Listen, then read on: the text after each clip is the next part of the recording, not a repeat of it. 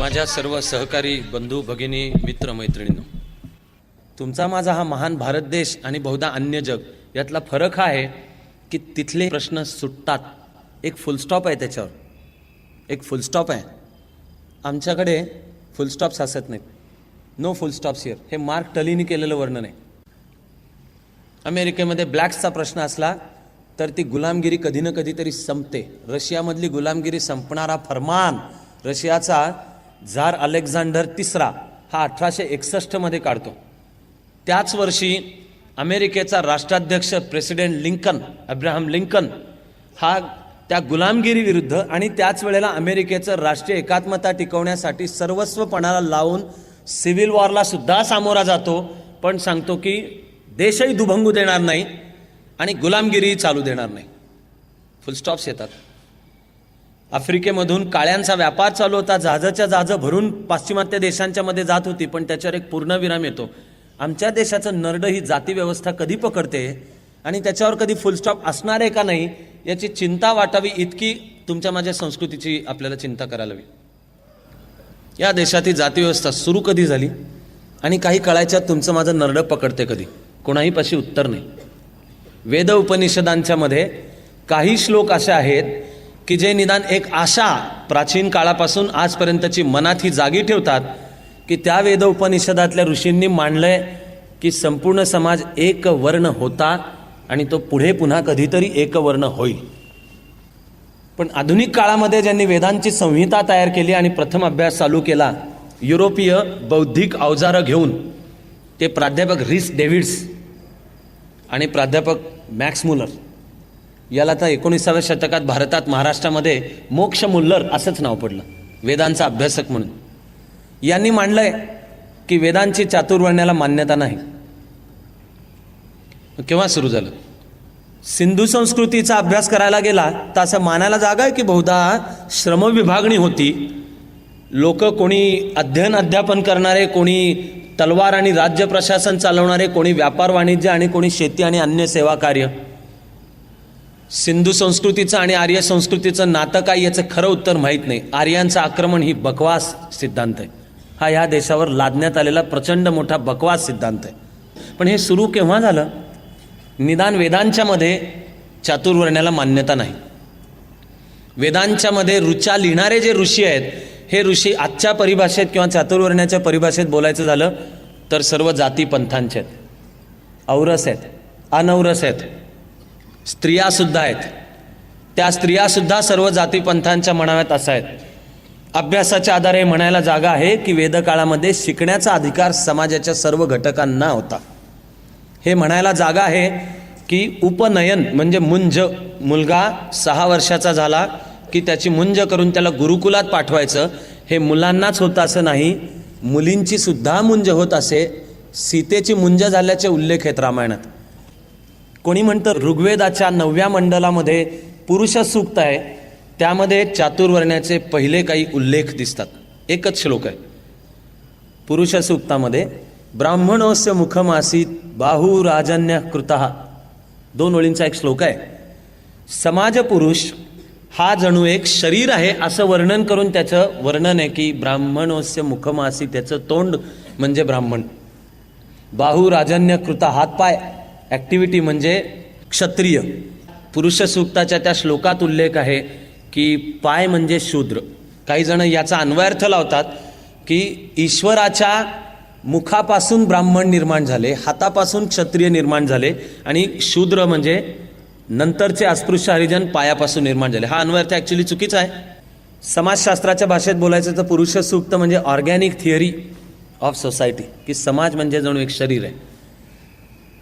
तर एक अंधुकसं का होईना सँक्शन एक प्रकारचं चातुर्वर्ण्याबद्दलचं त्याच्यात दिसतं.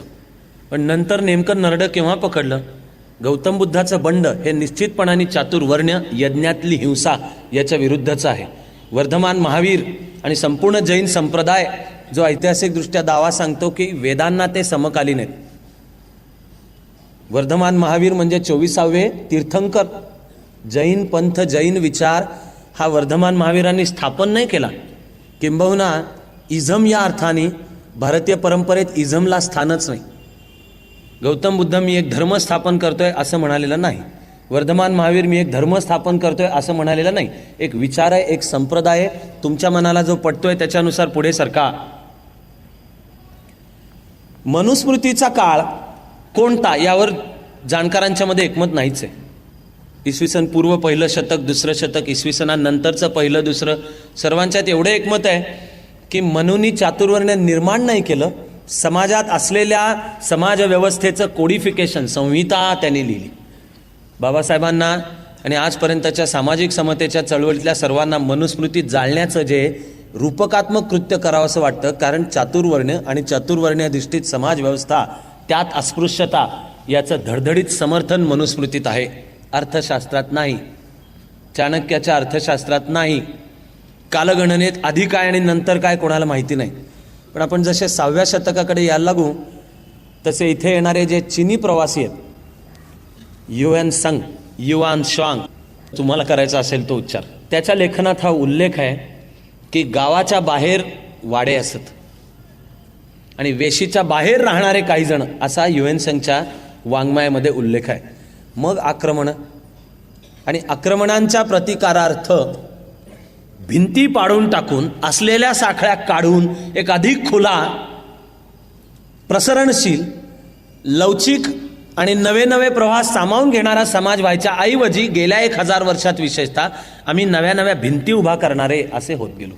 जातींच्या भिंती पक्क्या झाल्या, पोट जातींच्या भिंती पक्क्या झाल्या.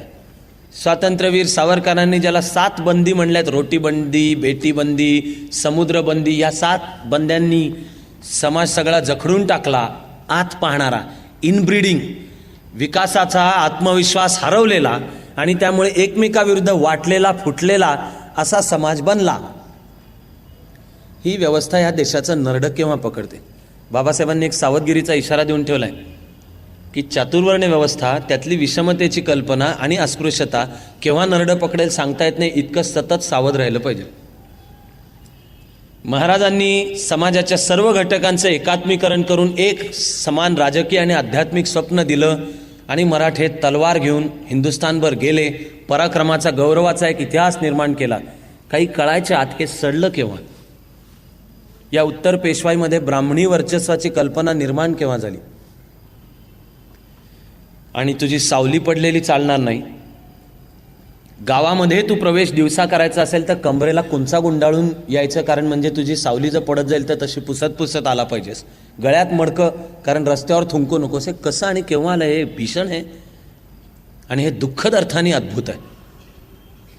शेवटची धुगधुगी 1795ची खर्ड्याची लढाई ही मराठ्यांनी मिळवलेला शेवटचा महत्त्वाचा विजय, निजामाविरुद्धचा. खर्ड्याच्या लढाईचा विजयाचा शिल्पकार आहे सिद्धनाथ महार. आणि त्या लढाईच्या आदल्या दिवशी एक वाद झालाय. खर्डा आत्ताच्या मराठवाड्यात आहे. लढाईच्या आदल्या दिवशी एक वाद झालाय. एक सरदार हिरोजी पाटणकर आहेत, ते म्हणतायत की पंक्तीला आमच्याबरोबर हा सिद्धनाथ महार काय बसतोय. आणि त्याला पेशव्यांनी, महादजी शिंद्यांनी खडसावून सांगितलंय की हे काय लग्नाच्या वगैरे पंक्ती नाही आहेत, हे युद्धाचं मैदान आहे, इथे आपण सगळे एकत्र आहोत, पंगत जेवायला सुद्धा सगळे एकत्रच बसतील. दुसऱ्या दिवशीच्या लढाईमध्ये सिद्धनाथ महार पराक्रम करतो आणि जिंकून देतो. 1795. 1818 म्हणजे 22-23 वर्षात, म्हणजे एखाद्या पिढीचा फरक, ईस्ट इंडिया कंपनीच्या वतीने मराठेशाहीचा पाडाव करणे, पेशवाई बुडवणे हे काम. सगळ्यात महत्त्वाची जी लढाई कोरेगाव भीमाची झाली ही ईस्ट इंडिया कंपनीच्या वतीने लढणारी होती महार पलटण. आम्ही पेशवाई संपवतो म्हणजे काही दुःख आहे, आपलं स्वातंत्र्य हरवत आहे, असा तुम्ही महाराज काय घेऊन बसलायत. 1818 शनिवार वाड्यावरचा भगवा झेंडा उतरवून तिथे युनियन जॅक चढवण्यात आला. त्यावेळेला काय पुण्यामध्ये फार शोककळा पसरली होती अशी समकालीन वर्णनं नाहीत. लोकांचं मस्त चाललं होतं. भगवा झेंडा उतरवून त्याच्या जागी युनियन जॅक उभं करण्याचं पुण्यकर्म केलंय बाळाजी पंत नातू. म्हणजे बाजीराव दुसरा ज्या सामाजिक गटातला असेल त्यातलाच, त्याला ब्रिटिशांनी वतन दिलं. पण या समाजाचं काही बिघडलंय, आमचं स्वातंत्र्य हरवलंय असे काही लोक वगळता असं कोणाला फारसं जाणवलेलं नाहीये. जाती व्यवस्था या देशाचं नरडं केव्हा पकडते? उच्च नीचतेची भावना नरडं केव्हा पकडते? मला कधी कधी शंका येते की बालपणाच्या संस्कारात कदाचित हे नसावं. जसं मोठा होत जाईल 15, 16, 17, 18 तसं नरडं पकडत असेल का? बाबासाहेब आंबेडकरांनी लहानपणीच मार खाल्ला, विहिरीवरचं पाणी काढलं म्हणून. दिसायला गोरा गोमटा होता म्हणून नुसतं पाणी काढेपर्यंत लक्षात नाही आलं, नंतर कळलं हे महाराचं पोर म्हणून मार खाल्ला. महात्मा फुले 20 वर्षापर्यंत सगळं तसं वरकरणी नीट चाललंय की. घराणं सातारा जिल्ह्यातल्या कटगुणचं. मी माझं सुदैव समजतो की माझं पहिलं पोस्टिंग असिस्टंट कलेक्टर फलटण, त्यामध्ये हा खटाव तालुका पण येतो, खंडाळा तालुका पण येतो. आणि माझ्या टूर्सच्या दरम्यान आवर्जून जाणीवपूर्वक मी जाऊन कटगुण पाहून आलो. हे महात्मा फुलेंचं मूळ, गोरे नाव. त्यावेळचं गावाचं महसुली रेकॉर्ड ठेवण्याचं काम असायचं कुलकर्ण्याकडे. आणि गावाचं पाटीलकी असायचा. पाटील म्हणजे तो मराठा समाजातला एक प्रकारचा जातीय बॅलन्स गावांच्या पातळीला होता, पण तो शोषणावर आधारित होता. खरं म्हणजे आजही परिस्थितीत फारसा फरक पडला असेल का? ग्रामसेवक, तलाठी आणि सरपंच, जात धर्म पंथ काही असू द्यात, पण तलाठी आणि ग्रामसेवक काय करतो हे सरपंचाला फारसा पत्ता लागत नाही. ग्रामसभेच्या ज्या बैठकी होतात, ग्रामसेवक आणि तलाठी सांगतो अमुक ठिकाणी सही कर, तिथे सरपंच सही करतो, तेरी विचूप मेरी विचूप. पण त्यावेळेला त्याला जातीय अर्थ होता, तो म्हणजे हा गावचा जो तलाठी असायचा, हा कुलकर्णी असायचा, तो लोकांना फसवायचा, शोषण करायचा, शेतकऱ्याला गंडवायचा. 7-12च्या उतार्यावर त्याचा अंगठा, कारण साक्षरतेचं प्रमाण कमी. कटगुणच्या गोऱ्यांनी 2 पिढ्या आधी, महात्मा फुलेंच्या 2 पिढ्या आधी ह्या शोषणाला वैतागून गावच्या कुलकर्णी तलाट्याचा मर्डर केला, खून केला आणि पळून गेले गावातून. म्हणून ते कटगुणहून बाहेर पडले, इकडं आले, फुलांचा व्यवसाय करू लागले म्हणून आडनाव फुले. मग झगडे पाटलांच्या कन्येशी विवाह झाला, त्या सावित्रीबाई. सावित्रीबाईंचं मूळ गाव खंडाळा तालुक्यातलं नायगाव, ते पण मी पाहून आलो. ते त्या जॉईन झालो त्या वर्षीच्या 3 जानेवारीलाच, सावित्रीबाईंची जन्मतारीख 3 जानेवारी, ते पण पाहून आलो. मला असं वाटत आलं की त्या 19व्या शतकातलं कटगुण आणि नायगाव आणि आजचं ह्यात काय फार फरक असेल का? मला नाही वाटत फार फरक असेल का. आमच्या ग्रामीण भागाचं एक 3-4 इन्स्टिट्यूशन, संस्था हे वैशिष्ट्य आहे. गावामध्ये मारुतीचं मंदिर असतं, चावडी असते आणि हातभट्टीचा अड्डा असतो. आणि काळ बदलला तरी या गोष्टींच्या मध्ये फरक पडलेला नाही. 20व्या शतकातही साक्षरतेची चळवळ चालवताना ग्रामीण भागामध्ये सगळ्यात मोठी अडचण असते, अंधार पडल्यानंतर आया बहिणींना सुखानी साक्षरता वर्गांना येता येणार नाही अशी रस्त्यांवरची स्थिती असते. आम्हाला आमच्या विकासाचा अर्थ काय लावायचा याचा तर विचार केलाच पाहिजे. ज्योतिराव स्कॉटिश मिशनच्या शाळेमध्ये, आधी पंतोजीची शाळा, नंतर स्कॉटिश मिशनची शाळा. वयाच्या 20व्या वर्षी थॉमस पेनच्या राईट्स ऑफ मॅन हा ग्रंथ वाचला. हा मूळ ब्रिटिश विचारवंत, ब्रिटनमधनं पळून गेला, कर्ज आणि त्याच्यावर काही आरोप होते म्हणून अमेरिकेत गेला, लेखन केलं, अमेरिकन राज्यक्रांतीमध्ये भर घालणारा नंतरच्या काळातलाही ठरला. त्याचं हे छोटंसं चोपडं आहे, हे फार मोठं ग्रंथ नाही आहे तो राईट्स ऑफ मॅन. त्याचा ज्योतिरावांच्या मनावर परिणाम झालेला आहे. ते चिंतन करू लागले आपल्याला कार्य काय करायचं. शाळेमध्ये आणि लहान वयात शिकत असताना त्यांच्या घनिष्ठ मित्रांच्या मध्ये परांजपे आहेत, चिपळूणकर आहेत, मोरो विठ्ठल वाळवेकर आहेत, भिडे आहेत. आडवा असेल का, कधी आलेला असेल का? एक प्रसंग घडेपर्यंत बहुधा आलेलं नसावं.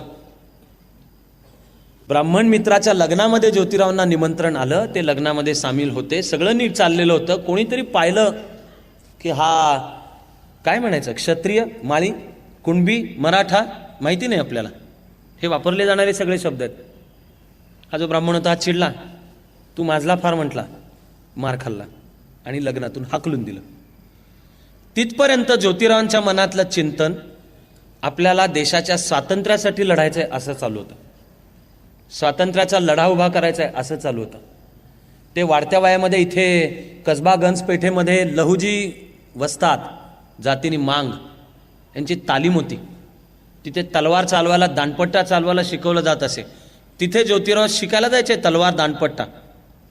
लहुजी वस्तादांच्या तालमीशी वासुदेव बळवंत फडकेंचे संबंध होते. नंतरच्या काळात लहुजी वस्तादांच्या तालमीशी लोकमान्य टिळकांचे संबंध होते. तालीम तिथे आणि पर्वतीच्या मागे दांडपट्टा चालवण्याचं शिक्षण घ्यायचं, कारण आपल्याला पुन्हा एकदा पौरुष जागं करून देश स्वतंत्र करायचा. पण हा लग्नातला अनुभव, बसलेली एक थप्पड, आणि मग बहुधा मनात प्रश्न आला असेल की तू कोणाच्या देशाबद्दल बोलतोयस? स्वतंत्र करायचं ते काय स्वतंत्र करायचं? आणि ह्या स्थितीमध्ये स्वातंत्र्य मिळालं तर पुन्हा एकदा राजकीय, आर्थिक, सामाजिक सत्ता, निर्णयांच्या सर्व सत्ता कोणाच्या हातात जाणार आहेत? मग वयाच्या 20व्या वर्षी आयुष्याच्या कामाचा निश्चय झाला. जाती व्यवस्था नरड केव्हा पकडते? तुम्ही पेपर काढून पहा, तुम्हाला जागोजागी असं दिसेल की टीनएजेसमध्ये भारतभरची तरुण मुलं विविध क्षेत्रात पराक्रम गाजवतात. अंडर-19 आमची क्रिकेटची टीम वर्ल्ड चॅम्पियनशिप मिळवते. अंडर-19 विम्बल्डनचं असलेलं एकमेव जे जगज्जेतेपद आहे फायनल, हे अंडर-19चं आहे. Badminton under-19. पुढं काय होतं त्या पराक्रमाला? पुढे आडनाव महत्वाचं होतं. पुढे ह्याला टीममध्ये निवडायचं तर तो माझा कोण आहे? आज तुमच्या माझ्या देशामध्ये जाती व्यवस्थेवर मात करेल अशी एकच ताकद अस्तित्वात आहे, ती म्हणजे भ्रष्टाचार. पैसे खाताना जात आडवी नाहीये. गावचा तलाठी दलित असो अथवा सवर्ण असो, आणि त्याच्यासमोर येणारा शेतकरी दलित असो अथवा सवर्ण असो, 7-12चा भाव 2 रुपयाच्या जागी जर 20, 200, 2000, 20,000 ठरलेला असेल तर तो तेवढा टाक. आडनाव सोयीचं असेल तर फरक एवढाच की तुला 25% डिस्काउंट देतो. पण भ्रष्टाचाराने जे नरड पकडलेलं आहे, या देशासमोरचा सर्वात भीषण भ्रष्टाचार जाती व्यवस्था आहे, त्यातली अस्पृश्यता आहे. नरड केव्हा पकडतं? कर्तृत्व केव्हा मग आमचं घुसमटतं की आता तुला समाजामध्ये बरोबरीची संधी असायची का नसायची? या मुलांनी बरोबर खेळायचं का नाही खेळायचं? लहान असेपर्यंत कदाचित खेळतही असतील, पण मला आज 21व्या शतकातही मला माहिती आहे की घराघरांच्या ते सांगितलं जातं, त्याच्याबरोबर खेळू नको. का? ते आपले नाहीत. आणि हे सवर्णांमध्येच सांगितलं जातं, असं ढोंग आपण करू नको आहेत. हे सवर्ण नसलेल्या समाजात सुद्धा सांगितलं जातं, ते आपले नाहीत, नको त्यांच्यात मिसळू, नको त्यांच्यात खेळू. परस्परांच्या बद्दलचं अविश्वासाचं नातं आहे. 19व्या शतकाच्या महाराष्ट्राकडे पाहताना तर माझ्या डोळ्यासमोर चित्र उभं राहतं एका पूर्वी कधीतरी विशाल, ताकदवान आणि अतिशय सुंदर आर्किटेक्चर असलेला पण आता पडझड झालेला वाडा, की ज्याला ओली कुबट ओल साचून राहिलेली आहे, ज्याच्या कानाकोपऱ्यांच्या मध्ये कोळिष्टकं साठलेले आहेत आणि भिंतींच्या मधनं पिंपळाची पानं डोकावायला लागलेली आहेत. बालकवींच्या एका कवितेत जे वर्णन आहे, भिंत खचली कलथून खांब गेला, जुनी पडकी उद्ध्वस्त धर्मशाळा. असं 19व्या शतकातला महाराष्ट्र मला असा महाराष्ट्र वाटतो. आमचं स्वातंत्र्य हरवलं तरी आम्ही शहाणे व्हायला तयार नाही. प्लासीची लढाई 500 विरुद्ध 40,000. ईस्ट इंडिया कंपनीचं सैन्य किती आहे? 500. सिराज उद्दौलाचं सैन्य किती आहे? 40,000. नंतर मेजर मिडोज टेलर नावाच्या त्या युद्धामध्ये भाग घेतलेल्या एका ऑफिसरनी पुस्तक लिहिलंय, त्याचं नाव आहे नॉन बॅटल ऑफ प्लासी. आपण त्याला बॅटल ऑफ प्लासी म्हणतो, हे नॉन बॅटल ऑफ प्लासी आहे. पण विजय ईस्ट इंडिया कंपनीचा झाला. दक्षिणेमध्ये आर्काटच्या नवाब आणि वारसा हक्काचा प्रश्न उद्भवला, त्यावेळेला फ्रेंच एकाच्या बाजूने उतरले, चंदासाहेब आणि अलीसाहेब, आणि म्हणून ब्रिटिश दुसऱ्याच्या बाजूने उतरले. ब्रिटनमधनं जहाजावर आलेला कब्बशा विसळणारा पोऱ्या, व्हॅगॅबॉन्ड, लोफर, गुंड, अर्धशिक्षित, त्याचं नाव रॉबर्ट क्लाइव्ह. पण या आर्काटच्या नवाब आणि वारसा हक्काच्या लढायांच्या मध्ये फ्रेंच खरं म्हणजे विजयी होत होते. त्रिचनापल्लीचा वेढा, तो फ्रेंचांचा वेढा ढिला कसा करूयात, तर रॉबर्ट क्लाइव्हनी कल्पना सुचवली की आपण आर्काटच्या राजधानीमध्येच घुसू, तर तो वेढा ढिला होईल. 125 सैन्य घेऊन रॉबर्ट क्लाइव्ह शिरला. गावाची वस्ती 40,000. आणि क्लाइव्हनी स्वतः वर्णन केलंय की आम्ही ड्रमसेट, आणि तो ईस्ट इंडिया कंपनीचा जो युनिफॉर्म असेल, तंग तुमान वरचं ते कुर्तं, त्याच्यामध्ये ड्रमसेट. सगळ्यांच्या हातात गन्स पण नव्हत्या, ज्यांच्या हातात गन्स होत्या त्यांच्याकडे ॲम्युनिशन नव्हतं, पण ते राजधानीत शिरले. क्लाइव्हनी लिहिलंय की निशस्त्र असलेली लोक सगळे मिळून एका वेळी आमच्यावर तुटून पडले असते तरी आमच्या तुकडे तुकडे झाले असते, पण ब्रिटिश साम्राज्य सत्तेची पायाभरणी अशी झाली. 125 लोक.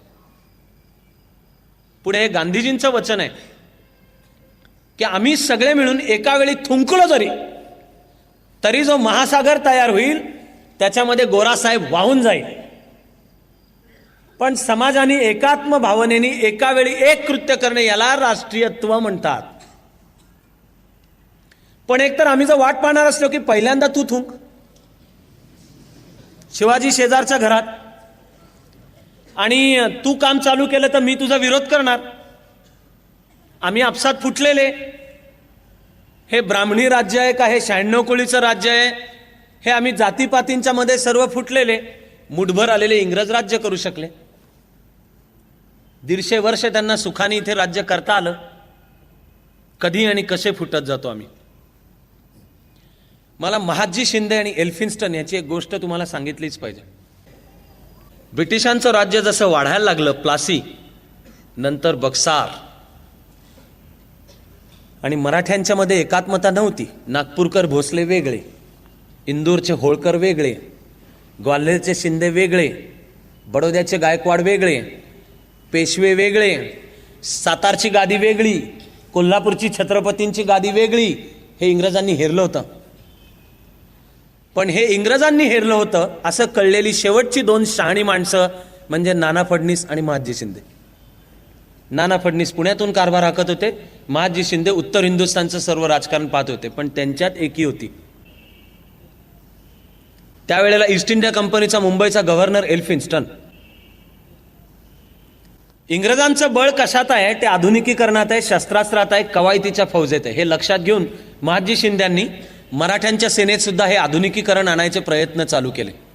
शत्रूचा शत्रू तो आपला मित्र या नात्याने त्यांनी फ्रेंचांची मदत घेतली. एका संध्याकाळी आत्ता महाराष्ट्राच्या गव्हर्नरचा जो बंगला आहे तो त्यावेळी होता ईस्ट इंडिया कंपनीच्या गव्हर्नरचा बंगला. तिथे समुद्राच्या काठावर खुर्च्या टाकून महादजी शिंदे आणि एल्फिन्स्टन गप्पा मारत बसले होते. महादजी शिंदेंनी एल्फिन्स्टनला विचारलं की तुम्ही एवढेशा आहात मुठभर, हजारो मैलांवरून आलात, एवढंच तुमचं बेट, पण ह्या खंडप्राय असलेल्या कोटी कोटींच्या हिंदुस्थानवर आता तुम्ही राज्य करायला निघालात आणि तुमचं बळ वाढतंय, आणि असं ऐकतो की जगभर तुमची ताकद आहे, तुमच्या साम्राज्यावरचा सूर्य कधी मावळत नाही. हे चित्र 1795च्या आसपास होतंच बरं का. तर तुमच्या यशाचं रहस्य काय? एल्फिन्स्टन हसला आणि त्यांनी खाली वाकून खुर्चीच्या पायाशी एक दगड पडला होता तो उचलला आणि अशी सगळी ताकद एकवटून समुद्राच्या दिशेने फेकला. तो दगड कुठेतरी एका ठिकाणी जाऊन पडला.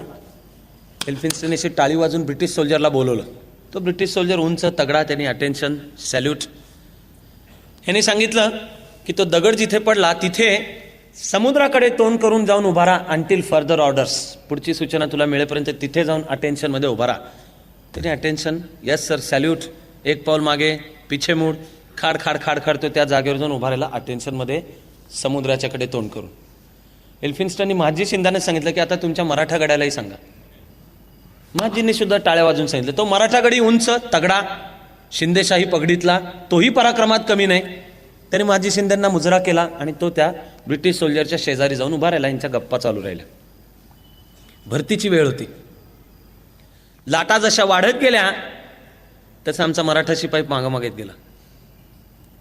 तो गोरा सोल्जर होता तो तिथेच उभा राहिला. पूर्ण अंधाराची वेळ आली. त्यावेळेला तो जो सोल्जर, जो गोरा सोल्जर जिथे उभा होता त्याच्या जवळजवळ नाकापर्यंत पाणी येत होतं, पण तो टेन्शनमध्ये उभा होता. आणि आमचा पराक्रमी, रुंद चौड्या छातीचा, पराक्रमी असलेला, मृत्यूला न घाबरणारा मराठागडी महादजी शिंदेच्या शेजारी पोहोचला होता. कारण लाटा महादजी शिंदे आणि एल्फिन्स्टनच्या पायाला येऊन लागत होत्या. एल्फिन्स्टननी त्यावेळी उत्तर दिलं की जगावर आमचं साम्राज्य काय याचं तुम्हाला उत्तर हवंय ना, तो जो तिथे सोल्जर उभा आहे त्याच्यामुळे आमचं साम्राज्य जगावर. या उदाहरणामध्ये नुसती आज्ञांकितता नाही आहे. या उदाहरणामध्ये आहे स्वीकारलेलं कर्तव्य उत्तम करणे. या उदाहरणामध्ये आहे विषमता नाही. या उदाहरणामध्ये एल्फिन्स्टन म्हणजे उच्चवर्णीय आणि तो सोल्जर म्हणजे दलित, आणि जा मर तिकडं, तुला मुद्दाम समुद्रात उभ्या असायची ड्युटी असली की तुला देतो, आणि इथे समुद्र काठावर बसून बिअर प्यायची असेल की मात्र तेवढं मी करतो, असा संशय सुद्धा एकमेकाबद्दल निर्माण होईल. हे सामाजिक नातं नाही. त्या सोल्जरमुळे जगावर आमचं राज्य चालतं.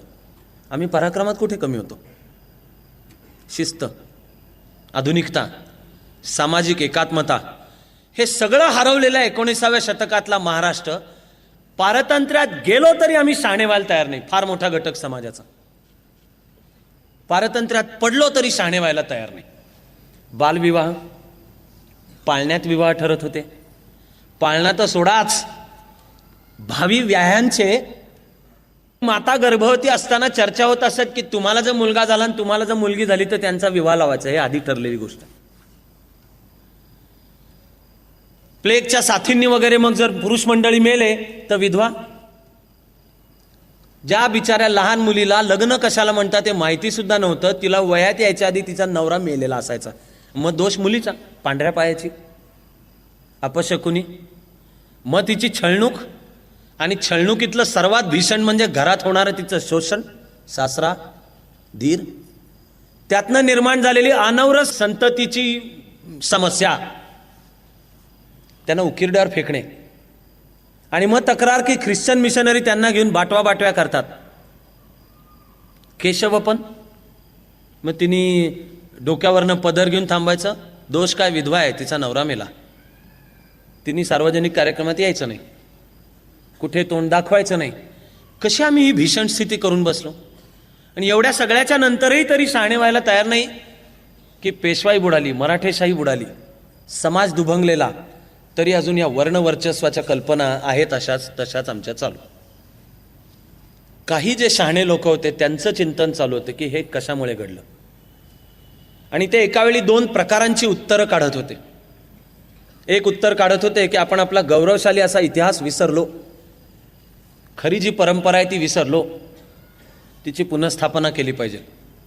आणि दुसरे उत्तर काढत होते की हे जाती वर्चस्व, वर्णवर्चस्व, ब्राह्मणशाही, भट भिक्षुकशाही, विषमता, आणि आमच्या परंपरेमध्ये सगळंच आमचे वेद वाईट, आमची उपनिषद खराब, सगळी टाकून देण्याच्या लायकीचे आहेत, त्या पाश्चिमात्यांच्या सगळं आपण घेतलं तरच आपल्याला काहीतरी वाचता येईल. तो संघर्ष या महाराष्ट्रामध्ये आणि भारतामध्येही उभा राहिला. पण काही मोलाच्या आहेत तारखा लक्षात घेण्याच्या. पेशवाई आणि फायनली मराठेशाही बुडाली 1818. पहिली शाळा 1821 मध्ये निघाली. पहिलं वृत्तपत्र 1821 मध्ये निघालंय, म्हणजे समाजाचा प्रतिसाद चालू होतो. आणि मग वृत्तपत्र, शिक्षण, पत्रकारिता, क्रमाक्रमाने पुढे कायदा येतोय. शिक्षणाचं धोरण, मेकॉलेची टिप्पणी 1835 सालची, मग कायदा, इंडियन पिनल कोड 1860, मग न्यायव्यवस्था येते आहे, मग पाश्चिमात्यांच्या बौद्धिक, म्हणजे समाजाचा प्रतिसाद चालू होतो. आणि मग वृत्तपत्र, शिक्षण, पत्रकारिता, क्रमाक्रमाने पुढे कायदा येतोय. शिक्षणाचं धोरण, मेकॉलेची टिप्पणी 1835 सालची, मग कायदा, इंडियन पिनल कोड 1860, मग न्यायव्यवस्था येते आहे, मग पाश्चिमात्यांच्या बौद्धिक अवजारांनी का विना पण इतिहासाचा अभ्यास चालू होतोय की आपण समाज म्हणून काय आहोत, संस्कृती म्हणून काय आहे, परिस्थितीला प्रतिसाद आपण कसा देतो. म्हणजे आधुनिकीकरण असलेल्या ज्या सगळ्या इन्स्टिट्यूशन्स आहेत, संस्था आहेत, त्यांचा प्रारंभ या काळामध्ये चालू होतोय. आणि समाजाला वेढून टाकणारे इश्यूज, मुख्य विषय कोणते आहेत, तर त्या सर्वांच्या मध्ये एक आहे धर्मांतर. आमच्या धर्मामध्ये हे पाश्चिमात्य इथे जे घुसले आहेत त्यांची ढवळाढवळ चालू आहे. पुण्यामध्ये एक शंकराचार्य आले कोणते तरी, त्यावेळी ते दक्षिणा मागत असत, अवाच्या सवा दक्षिणा. काही लोकांनी तक्रार केली, कोणाकडे केली, कलेक्टरकडे केली. पुण्याच्या कलेक्टरनी शंकराचार्यांना दम दिला की तुम्ही घेता ही दक्षिणा अवाच्या सवा आहे. मग शंकराचार्य म्हणले बरोबर. सर्व काळामध्ये हे दिसून येईल की आमची, खरं म्हणाल तर मग घरातली भांडणं, खरं तर शोषण, पण ते सोडवायला आम्हाला हवा तर परकी गोरा साहेब, त्याची न्यायव्यवस्था, त्याचं ऐकलं जात होतं. ब्रिटिशांचं 1813 सालचं पहिलं फरमान आहे की शिक्षणाचे दरवाजे समाजाच्या सर्व घटकांना खुले. आणि बजेटमध्ये पहिली जी तरतूद आहे ही 1813 सालच्या या फरमानानंतर होते की शाळा काढण्याकरता. पण मग अट ही आहे की सरकारच्या अनुदानाने चालणाऱ्या शाळा असल्या तर त्याच्यामध्ये जाती धर्म पंथ भेद करता येणार नाही, सगळ्यांना त्या शाळेमध्ये प्रवेश द्यावा लागेल. मग धर्मांतर होत होती. मुंबईला राहणारे एक शेषाद्री भाऊ होते, नारायण आणि श्रीपती. मोठ्या भावाचं धर्मांतर आधीच झालेलं होतं, पण तो 18 वर्षापेक्षा जास्ती होता. त्याच्या खोलीत हा धाकटा भाऊ राहत होता, तो 12 वर्षाचा होता. घराणं मराठवाड्यातलं. 12 वर्षाच्या मुलाचंही धर्मांतर झालं. मराठवाड्यात राहणाऱ्या वडिलांना मंजूर नव्हतं. त्यांनी सांगितलं की ह्या मुलाला माझ्या ताब्यात द्या आणि त्याचं धर्मांतर हे फसवून, प्रलोभनाने किंवा दिशाभूल करून केलेलं धर्मांतर आहे, ते रद्द समजलं जावं. ते वडील गेले ब्रिटिश कोर्टात. न्यायाधीश होता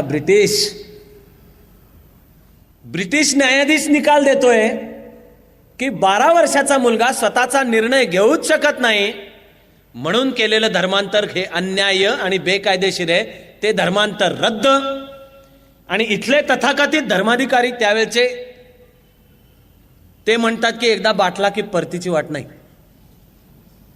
बाळशास्त्री जांभेकरांचं भांडण झालेलं आहे त्यावेळच्या सवर्णन विशेषतः ब्राह्मण वर्गाशी. काशीचं फरमान हवंय म्हणाले की जो इच्छेविरुद्ध बाटला त्याला पुन्हा हिंदू व्हायचंय. काशीहून निर्णय आला की मान्य नाही. ब्रिटिश न्यायव्यवस्था ठरवत होती की तुम्ही धर्म निवडा आपल्या इच्छेने, पण कळायला लागल्यानंतर, म्हणजे वय 18 अथवा 21, हा मुलगा 12 वर्षाचा होता. श्रीपती शेषाद्री प्रकरण बाळशास्त्री जांभेकरांनाही महाग गेलं आणि शेवटपर्यंत त्यावेळच्या इथल्या मग हिंदू चातुर्वर्ण्याधिष्ठित व्यवस्थेने स्वीकारलं नाही. श्रीपती शेषाद्रींना पुन्हा हिंदू करून घ्या. लोकहितवादी, दुर्दैवाने जातीचं नाव घ्यायचं तर स्वतःही खरं ब्राह्मणच. पेशवाईतले सरदार, वयाच्या 25-26व्या वर्षी ते ब्रिटिश न्यायव्यवस्थेतही होते जज, असिस्टंट जज, आणि शतपत्र लिहित होते. वय वर्ष 26, 1848 ते 50 या वर्षांमध्ये शतपत्र. त्यामध्ये त्यांनी हे सगळे वर्णवर्चस्वाच्या कल्पनेवरची टीका, पारतंत्र्यात का गेलो, ज्ञानाचे दरवाजे सर्वांना खुले करून दिले पाहिजेत इत्यादी हे सर्व मांडलंय. शिक्षणाचा प्रसार झाला पाहिजे. हळूहळू शिक्षणाचा प्रसार झाला म्हणजे इथली लोकही म्हणू लागतील की आम्हालाही पार्लमेंट द्या. हे सगळं व्हायला 200 वर्ष लागतील. हे सगळं 1848 ते 50 या वर्षात ते लिहित आहेत. 1848 मध्ये युरोपमध्ये मार्क्सचा कम्युनिस्ट मॅनिफेस्टो प्रकाशित झाला. मानवाच्या मुक्तीचा दावा करणारा, लाल रंगाचा विचार, धर्म ही अफूची गोळी आहे म्हणणारा, पण शोषणातून कामगारांची, मुलांची, स्त्रियांची, जगातल्या सर्व दलितांची, म्हणजे workers of the world unite, ते 1848. लोकहितवादी त्याच वेळेला हे सर्व लिहित आहेत. म्हणजे एका बाजूला खळबळ आहे.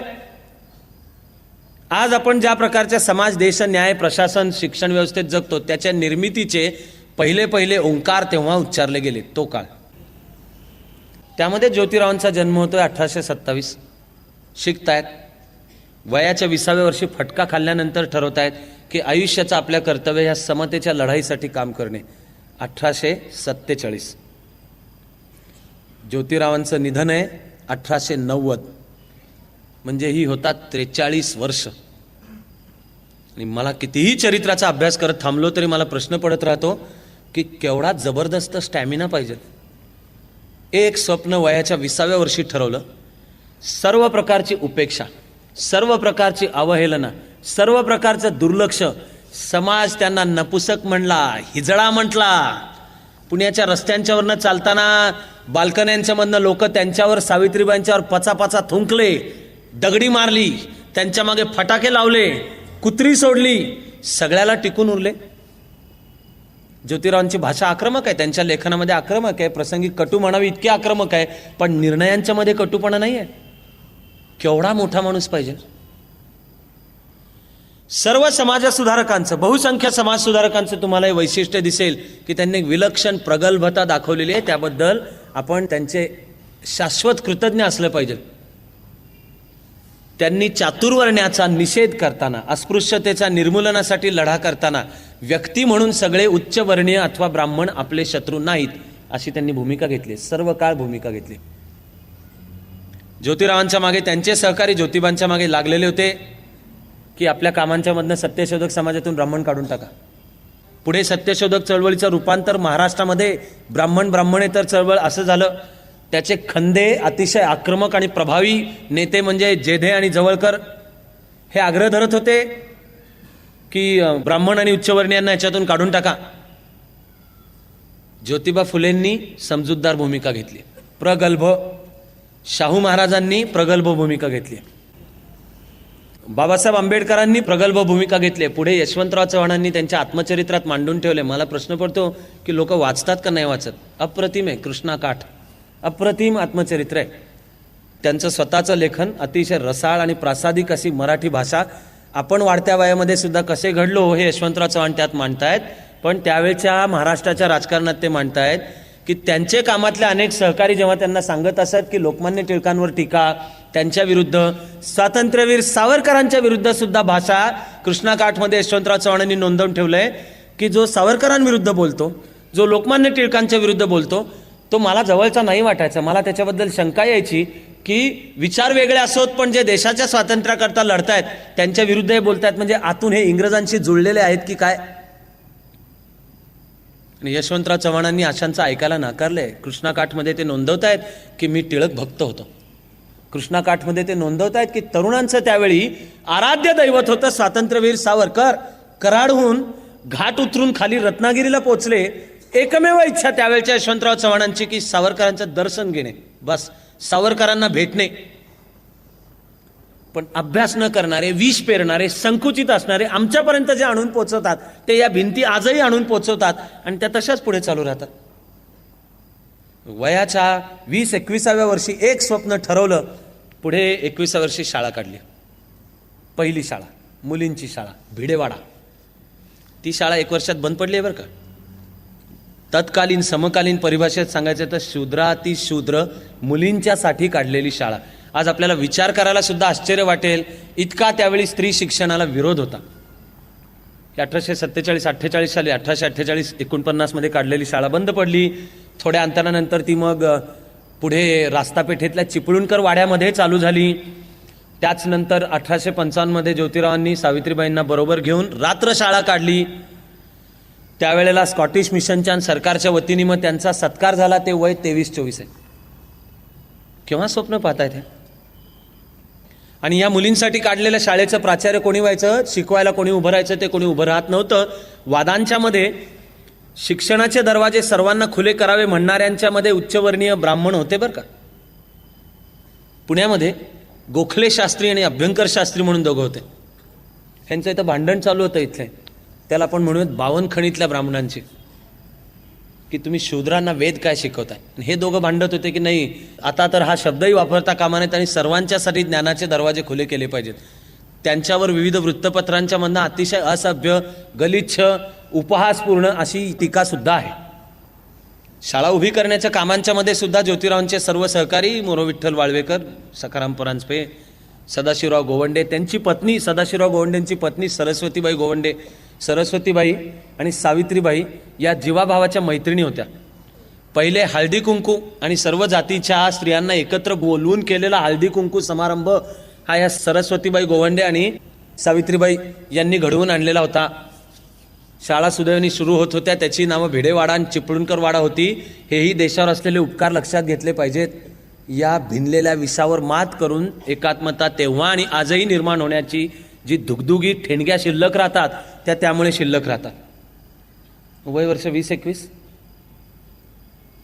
खरं म्हणजे जे फर्ग्युसन रोडला फिरावं आणि महात्मा ज्योतिराव फुले स्वप्न पाहत होते, स्त्री शिक्षण, समता, चातुर्वर्ण्यावर मात करणे, अस्पृश्यता निर्मूलन, वय वर्ष 20-21. एकदा ते स्वप्न डोक्यात ठेवलं, पुढे 43 वर्ष एक ठिणगी, एक आग.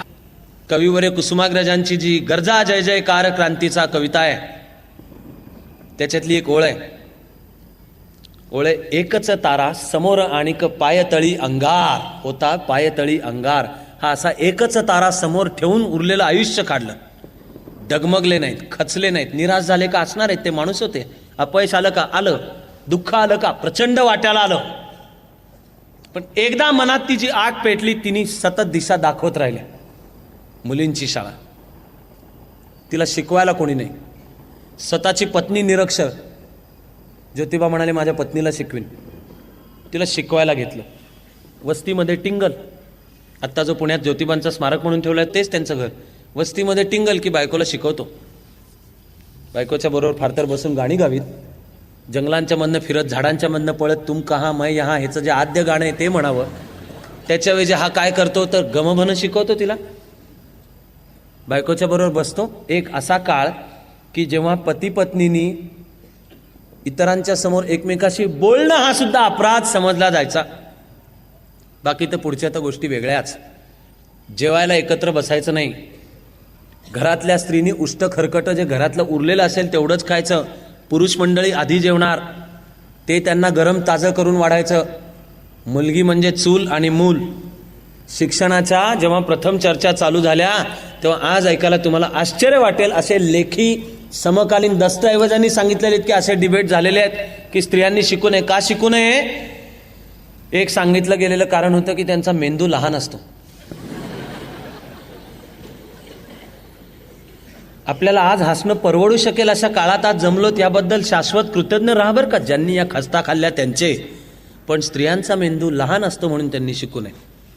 मग दुसरं कारण काय सांगण्यात आलं की स्त्रिया शिकू लागल्या तर त्या परपुरुषास प्रेमपत्रे लिहितील.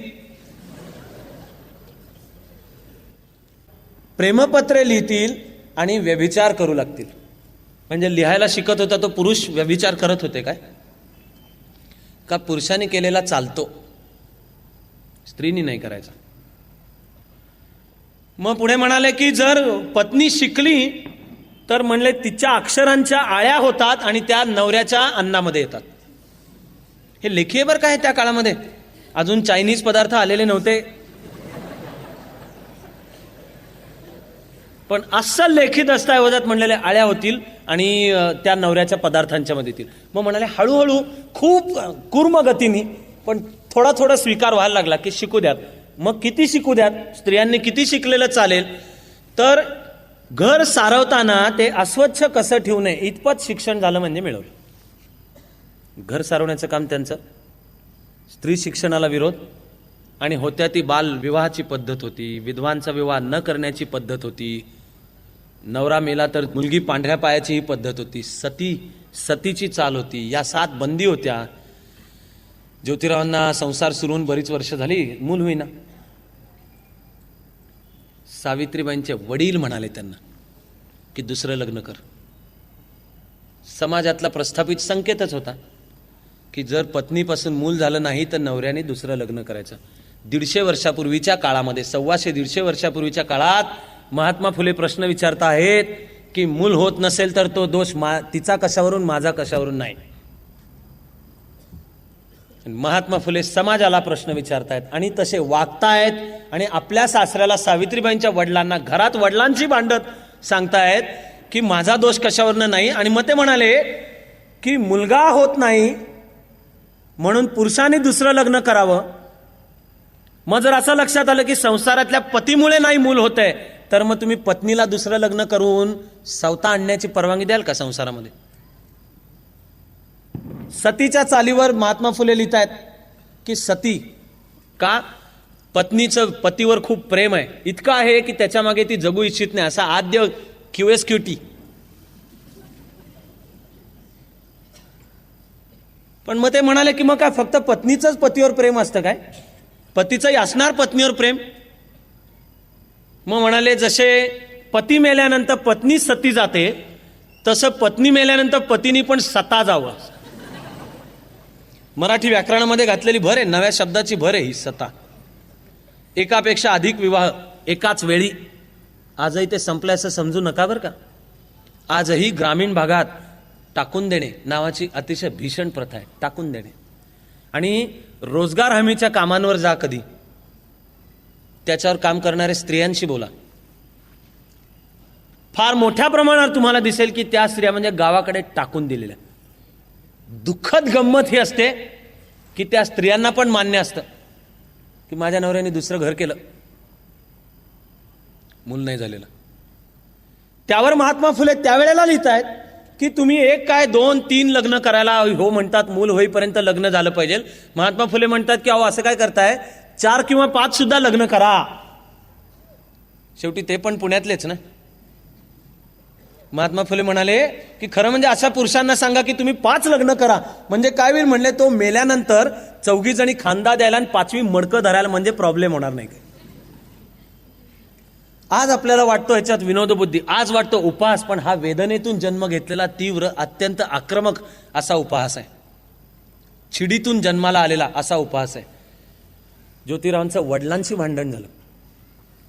वडिलांचं प्रेम होतं गोविंदराव, वडिलांचं प्रेम होतं, पण समाजाचा जात पंचायतीचा दबाव वाढायला लागला की तुझा पोरगा हे काम करतोय आणि तू त्याच्या घरात राहतो कसा. गोविंदरावांनी पर्याय दिला की तुला जर हे जे करतोयस ते काम चालू ठेवायचं असेल तर घराबाहेर हो. ही पण आमच्या सामाजिक कार्याची प्राचीन परंपरा आहे. हे तुला घरचं खाऊन लष्करच्या भाकऱ्या भाजण्याचे उद्योग कोणी सांगितलेत? तुम्हाला काय उद्योगधंदा नाही का? अवदसा आठवली आहे, वय वर्ष 16, 17, 18ला जी मुलं मुली घिसापिट्या चौकटीतल्या रस्त्यापेक्षा काही वेगळी स्वप्न पाहतात, ते घरात शतकानुशतकं कायम हीच भाषा ऐकतात. आणि मग घरी उशिरा परतल्यानंतर हे घर चालता हो, ते नाही तर हे काहीतरी एक निवड. ज्योतिराव बाहेर पडले, पत्नीला घेऊन बाहेर पडले. पोटापाण्याचा उद्योग व्यवसाय नव्हता. सगळा अभ्यास करताना तुम्हाला पडतो का हो कधी प्रश्न की हे सगळे मोठी मोठी माणसं हे काय खात होती का नाही 2 वेळचं? का त्यांच्या नावाने आईवडिलांनी काही ट्रस्ट करून ठेवला होता आणि त्याच्यातनं त्यांना व्याज मिळत होतं आणि त्याच्यावर ते जगत होते? त्यांना कामं करावी लागत होती ना. पत्नीला घेऊन घराबाहेर पडल्यानंतर त्यांचं वडिलांवर प्रेम, वडिलांचंही ज्योतिरावांच्यावर प्रेम, पण कळतंय की सामाजिक लढ्यासाठी मी तत्वाच्या पुढे शरणागती पत्करणार नाही. ते पत्नीला घेऊन बाहेर पडले आणि शाळेमध्ये शिक्षकाची नोकरी करू लागले. स्कॉटिश मिशनची शाळा, शिक्षकाची नोकरी. पुढे त्यांनी भाजीपाल्याचा व्यवसाय करायचा प्रयत्न केलाय आणि तो फसलाय. बिझनेसमध्ये पडायचा प्रयत्न केलाय आणि भाजी विक्री तो व्यवसाय फसला. मग त्यांनी काढली Poona commercial and contracting company. म्हणजे वर्तमान काळाच्या भाषेत सांगायचं तर महात्मा फुले होते बिल्डर. त्यांच्या अंडरवर्ल्डशी कनेक्शन असल्याची आजपर्यंत बातमी कुठं कळलेली नाही. राजकीय पुढाऱ्यांशी कनेक्शन असल्याची वगैरे सुद्धा कळलेली नाही. उलट कळलेल्या बातम्या या आहेत की महात्मा फुलेंच्याकडे खडकवासला धरणाच्या कॉन्ट्रॅक्टचं काम होतं आणि त्यामध्ये भ्रष्टाचार होतो बिलांच्या मध्ये. याची त्यांनी तक्रार ब्रिटिश अधिकाऱ्यांच्याकडे केली आहे. मी बिल्डर आहे आणि माझी कामं, मी जर तक्रार केली तर मला कामं मिळणार नाहीत, म्हणून महात्मा फुले गप्प बसलेले नाही आहेत. रनिंग बिल, मग फायनल बिल, मग फुगवून आकडे सांग आणि जे त्याच्यातले 50% तू घे, 50% मी, आणि मग आपण दोघेही त्यातले 2.5% पार्टीच्या फंडाला कॉन्ट्रीब्यूट करू, म्हणजे आमची महान लोकशाही सध्या जशी चालते तशी चालेल. खडकवासला धरणाचं डबर माती खडकाचं काम महात्मा फुलेंच्या कंपनीकडे होतं. ते करत असताना सुद्धा त्यांनी या भ्रष्टाचाराविरुद्ध आवाज उठवलाय. हा जो बंड गार्डनचा बंड आहे, या बंड बांधण्याचं प्रत्यक्ष काम या पुना कमर्शियल अँड कॉन्ट्रॅक्टिंग कंपनीने केले. अजूनही टिकून असलेला कात्रजचा बोगदा, जो काही काळापूर्वी थोडा नादुरुस्त झाला होता, तो नादुरुस्त झाला. त्याच्यावर आमच्या PWDने उपाय काय शोधून काढला? बोगद्याच्या दोन्ही टोकांना पाटी लावली. बोगदा नादुरुस्त, वाहने आपल्या जबाबदारीवर चालवावी.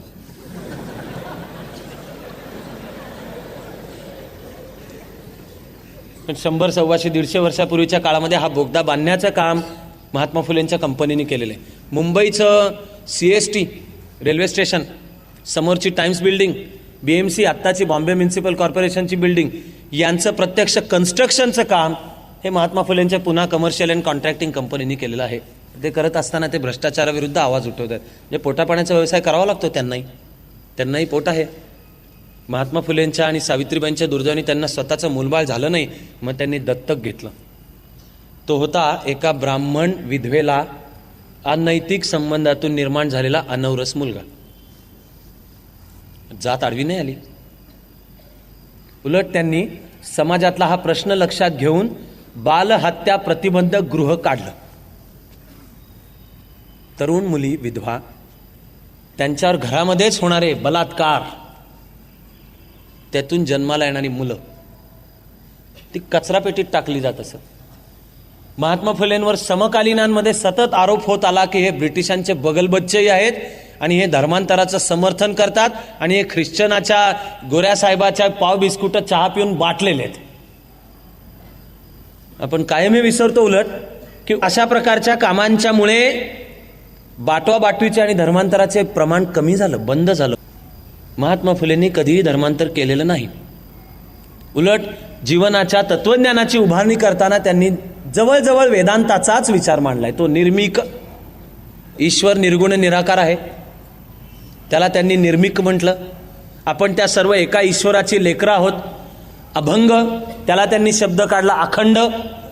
पण त्यांच्याबद्दल संशय, कारण ख्रिश्चन मिशनऱ्यांची त्यांची मैत्री, पंचवद मिशनच्या मध्ये त्यांची उठबस. रमाबाई रानडेंनी ज्या संस्कृत विदुषी होत्या, पण त्यांनी ख्रिश्चन धर्म स्वीकारला, ख्रिश्चन मिशन स्थापन केलं. पुण्याने त्यांच्यावर टीका जबरदस्त केली. महात्मा फुलेंनी रमाबाईंच्या ख्रिश्चन होण्याचं समर्थन केलं. पण बालहत्या प्रतिबंधक गृह, कारण अशांची सेवा अन्यथा ख्रिश्चन मिशनरी करत होते. पण त्या संस्कारात वाढल्यावर मुलं वयात आल्यानंतर ठरवत होते की आपण ख्रिश्चनच व्हायचं आहे. माझे आईवडील कोण? ज्या फादरनी माझा सांभाळ केला, ज्या बिशपनी मला वाढवलं, त्यांनीच मला धर्माचा विचार दिला, त्यांनी मला माणूस म्हणून जगण्याचा सन्मान दिला. महात्मा फुलेंनी बालहत्या प्रतिबंधक गृह काढलं.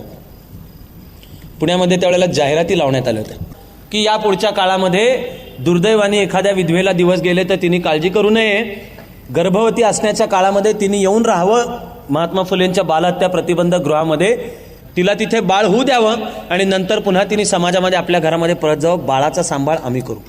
अशातला एक मुलगा, तो म्हणजे महात्मा फुले सावित्रीबाईंनी आपला मुलगा म्हणून दत्तक घेतला. त्याचं नाव यशवंत. पुण्यामध्ये खळबळ उडाली. खळबळ उडून देण्यामध्ये ज्योतिराव पटायत होते. पेशवाईच्या काळामध्ये एक रमणा नावाचं लफडं व्हायचं. रमणा म्हणजे हे दरवर्षी श्रावणीच्या काळामध्ये ब्राह्मणांना दक्षिणा वाटणे. तिथे दक्षिणेसाठी ब्राह्मणांची मारामारी व्हायची, भांडणं व्हायची. आणि मग देशस्थ ब्राह्मणांची रांग वेगळी, कोकणस्थ ब्राह्मणांची रांग वेगळी. त्याच्यामध्ये कराडेंना रांग करायला जागा मिळत नसेल बहुधा, पण भांडणं आहेत, मारामाऱ्या व्हायच्या. घाशीराम कोतवाल हातामध्ये चाबूक घेऊन त्यांना फटके मारायचा, अशी त्या रमण्याच्या कहाण्या आहेत. पेशवाई बुडाल्यावर ब्रिटिश सरकारने एक कमिटी स्थापन केली.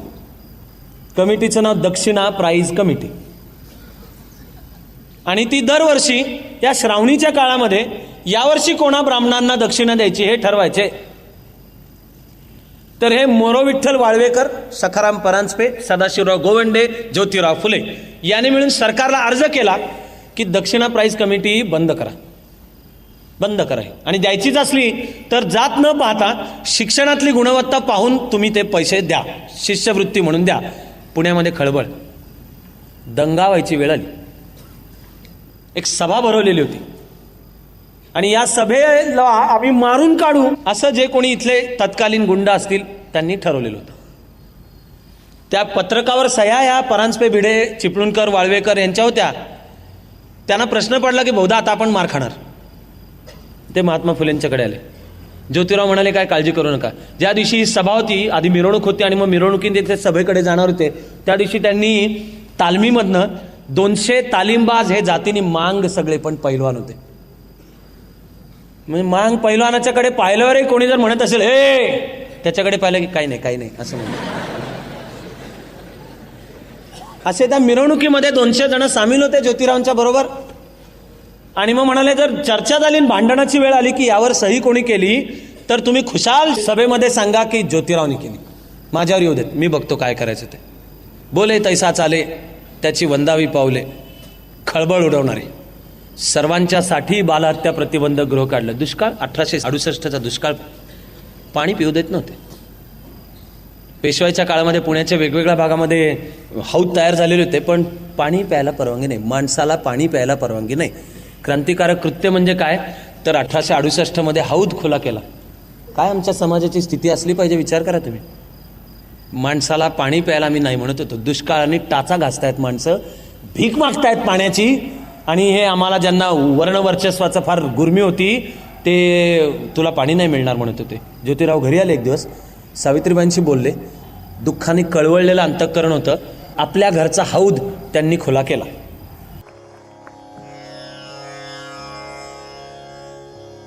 नव्या वैभवाचीच स्वप्ने सजावी, नव्या वैभवाचीच स्वप्ने सजावी.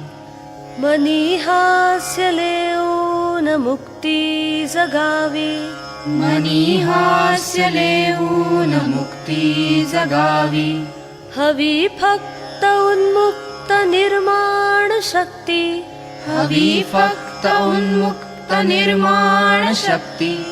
नवी ध्येय आसक्त प्रल्हाद भक्ती, नवी ध्येय आसक्त प्रल्हाद भक्ती. हवी फक्त उन्मुक्त निर्माण शक्ती, हवी फक्त उन्मुक्त निर्माण शक्ती. नवी ध्येय आसक्त प्रल्हाद भक्ती. नवी ध्येय आसक्त प्रल्हाद भक्ती. अहंता गळावी अभंगास म्हणता अहंता गळावी अभंगास म्हणता तपस्येत तल्लीन आतून होता तपस्येत तल्लीन आतून होता प्रतिभे समस्तीत आकार यावे प्रतिभे समस्तीत आकार यावे पुरी उत्तमाचेच ओंकार गावे पुरी उत्तमाचेच ओंकार गावे हवी फक्त उन्मुक्त निर्माण शक्ती हवी फक्त उन्मुक्त निर्माण शक्ती नवी ध्येय आसक्त प्रल्हाद भक्ती नवी ध्येय आसक्त प्रल्हाद भक्ती जरी